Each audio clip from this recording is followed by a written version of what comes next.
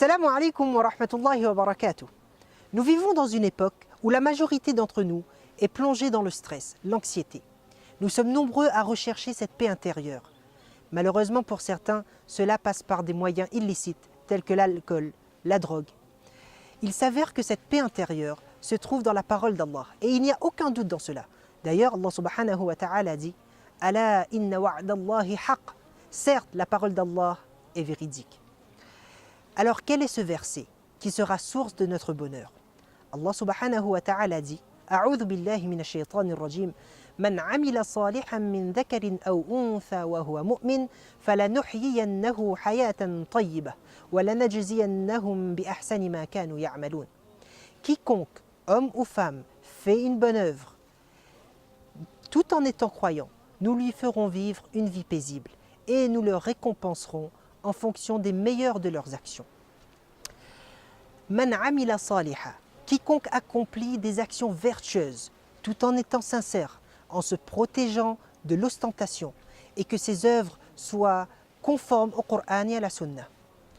Min dhakarin aw untha, Allah subhanahu wa ta'ala précise homme ou femme alors que la particule man englobe déjà les hommes et les femmes. Pourquoi? Tout simplement pour montrer que tout le monde est concerné et que la femme a également sa place dans l'islam. Une fois, Umara radiyallahu anha est venue voir Rasulullah sallallahu alayhi wa sallam et lui dit « Tout ce qui est révélé dans le Coran ne concerne que les hommes et rien à notre sujet, nous les femmes. » Aussitôt, Allah subhanahu wa ta'ala révéla le verset 35 de la sourate Al-Ahzab, les coalisés. Inna al-muslimin wal-muslimat wal-mu'minin wal-mu'minat jusqu'à la fin du verset. Allah subhanahu wa ta'ala mentionne 10 fois la femme suite à la réflexion d'une seule femme pour les gratifier d'une grande récompense. Wa huwa mu'min. Allah subhanahu wa ta'ala continue en mettant une condition qu'il faut être croyant, que la première des conditions pour l'acceptation de nos œuvres, il faut la foi, il faut al-iman. فَلَنُحْيِيَنَّهُ حَيَاةً طَيِّبَةً. Ibn Kathir rahimahullah écrit dans son célèbre tafsir que la promesse d'Allah quant à celui qui fait des œuvres de la meilleure des manières n'est autre qu'une vie paisible. Le croyant est atteint par des épreuves et il peut se poser des questions. Pourquoi, alors qu'il est assidu dans ses prières, il adopte un bon comportement?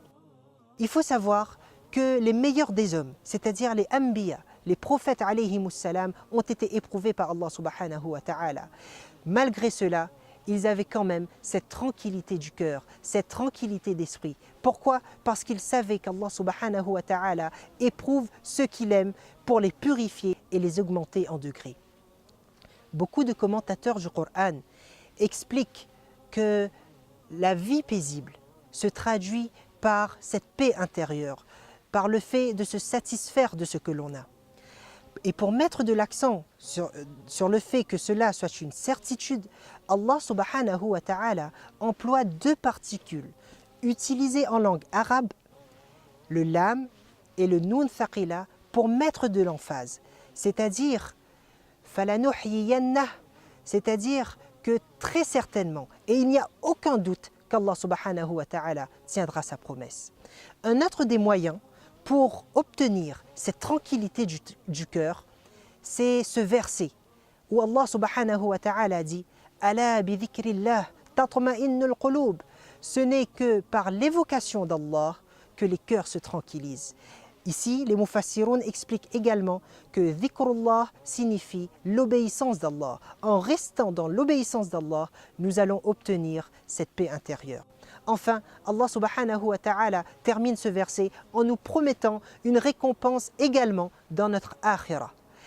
Et il nous récompensera en fonction des meilleures de nos œuvres et non pas en fonction de l'ensemble de nos œuvres. Encore une fois, nous voyons la manifestation de la bonté, de la générosité d'Allah envers nous.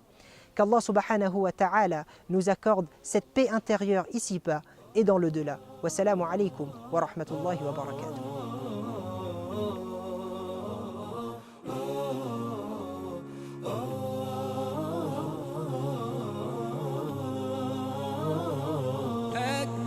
فرحة هي